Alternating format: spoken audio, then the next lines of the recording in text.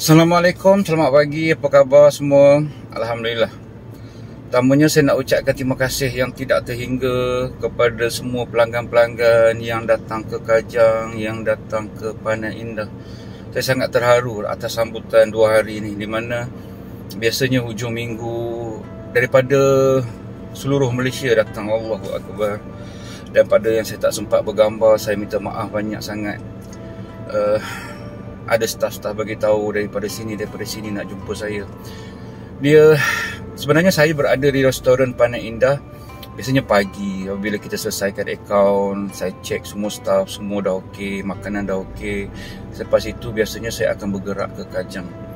Bila saya bergerak ke Kajang dan saya spend sedikit masa di Kajang. Sebab Kajang ni sebenarnya baru 4 bulan. Jadi saya perlu memberi lebih tumpuan di Kajang lah.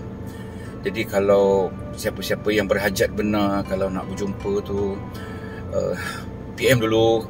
Saya insya-Allah kalau saya berada di Kuala Lumpur, saya akan luangkan masa. Sebab dunia saya adalah di restoran saya, sama ada di Kajang atau di Panai Indah. Dan kadang-kadang kalau saya ada restoran-restoran di mana-mana yang perlukan bantuan, itu yang saya pergi je lah. Saya pergi. Lepas tu kena PM dulu lah. Tapi benda tu jarang-jarang, kadang-kadang dia bergantung kepada masa saya lah. Okey, apa saya nak cerita hari ni ialah tentang bagaimana kita belajar melepaskan. Bila kita bercakap tentang melepaskan ni, saya lebih tumpukan kepada orang-orang yang struggle. Siapa yang tak struggle, yang dah bisnes okey, kehidupan dia okey, dia tidak akan menghadapi masalah ni. Tetapi biasanya apabila kita struggle, kadang-kadang kita tidak tahu jalan. Macam mana kita nak kurangkan beban di atas bahu kita waktu itu. Saya ambil contoh cerita saya beberapa tahun dulu. Saya ada gerai untuk dibayar, saya ada rumah sewa untuk dibayar, saya ada satu tempat lagi untuk saya memasak. Memasak ni dan barang ni saya hantar ke gerai. Dan saya juga ada satu lagi gerai di Maybank. Kemudian ada komitmen lain, kereta, perbelanjaan semua. Kenapa saya buat komitmen ni? Kerana gerai waktu itu tidak cukup untuk saya dapat sale yang besar. Maka saya ambil lagi di Maybank. Kononnya apabila kat sini dapat sekian-sekian, tambah di gerai ni akan tambah sekian-sekian. Percaturan atas buku memang begitu. Tapi the realnya sangat lain. Sini sewa. So saya ada 4 sewa. 1, 2, 3, 4 sewa tempat lokasi. Jadi sale yang dapat tidak seberapa. Saya rasa macam stresnya. Dan untuk dapatkan sale tu, saya kena siapkan tempat memasak ni, hantar barang ke gerai pertama di Panai Indah, kemudian siap lagi, terus hantar ke rushing ke Maybank ni dekat tengah bandar tu, Menara Maybank. Saya ada ambil food court dulu sekejap kat situ. Saya ingat ini mudah, tapi apabila kita belum cukup persediaan, belum cukup staff, dia sangat sulit untuk melalui peringkat itu. Bulan demi bulan berlalu, sehinggalah kebetulan ayah saya datang. Ayah saya melihat saya di macam mana berniaga. Saya kata gini. Kemudian saya berceritalah keadaan saya. Sebab tu kadang-kadang apabila ramai orang datang minta nasihat, kadang-kadang kita mencari sumber-sumber di mana nasihat yang perlu kita dapatkan. Saya selalu cakap, rujuklah kepada orang tua kamu. Arwah ayah saya cakap, yang mana lebih penting semua ni? Yang mana lebih penting dalam hidup kamu ketika ini? Kamu kena buat pilihan. Kalau kamu teruskan dengan apa yang kamu buat sekarang, kamu akan tidak berubah. Sebab komitmen kena bayar setiap bulan. Sewa ni semua orang menuntut hak mereka setiap bulan.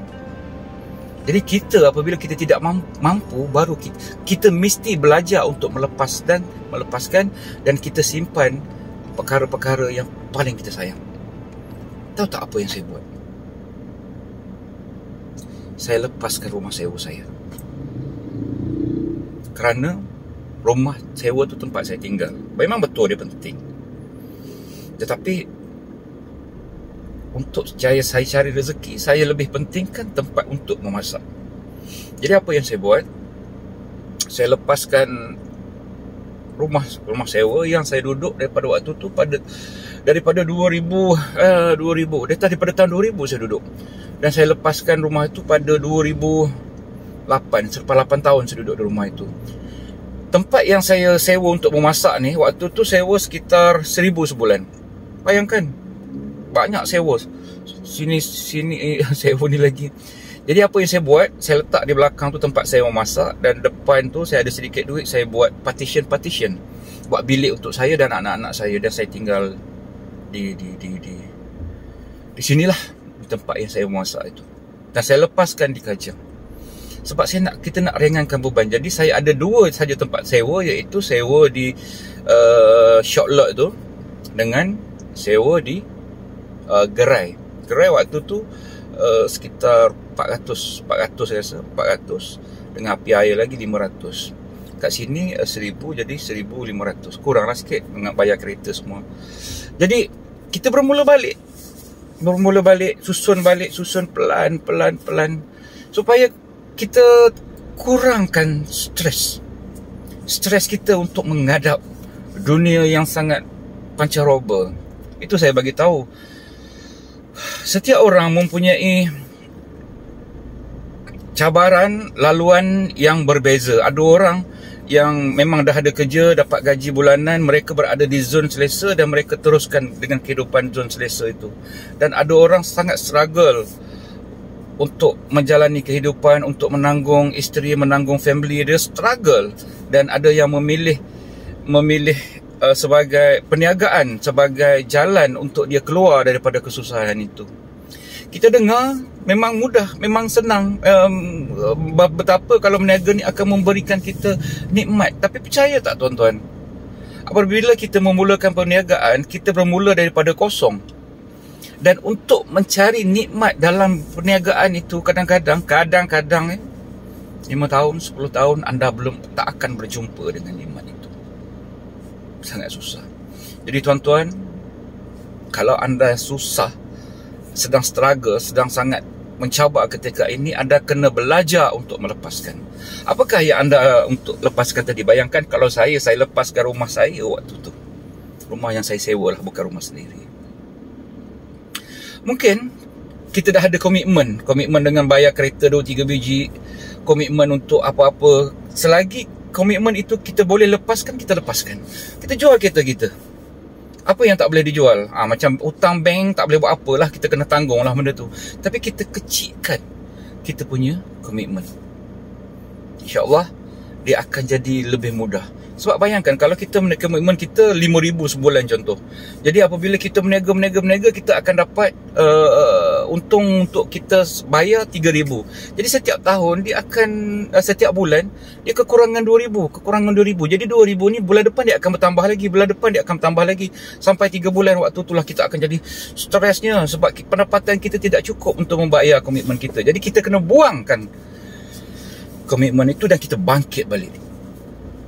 Jadi tuan-tuan, kalaulah suami atau isteri, tanggungjawab suami untuk mencari nafkah. Tapi saya percaya dalam hidup kita ni, suami yang struggle, maka isteri bantulah, sokonglah, bersabarlah. Kalau isteri yang sedang berniaga, maka suami sokonglah, bantulah, bersabarlah. Mungkin ada banyak yang kekurangan di mana-mana, tapi bantu dia supaya supaya mereka perjalanan itu lebih mudah. Percaya tak tuan-tuan? Isteri saya bersabar dengan saya selama berbelas tahun. Kami tidak senang, tapi kami boleh hidup, boleh survive, adalah rezeki. Tetapi untuk mencari nikmat dalam perniagaan, mencari nikmat dalam kehidupan, mencari nikmat dalam kekeluargaan ini memakan masa yang lama. Sebab tu saya selalu cakap ke orang, isteri saya sangat luar biasa. Seorang isteri yang luar biasa yang dia menganugerahkan kepada kita, dan kita hidup saling melengkapi. Okey, tuan-tuan pun mengalami benda yang sama. Tuan-tuan ada isteri, ada suami, maka kita support each other. Okey, bye bye. Assalamualaikum.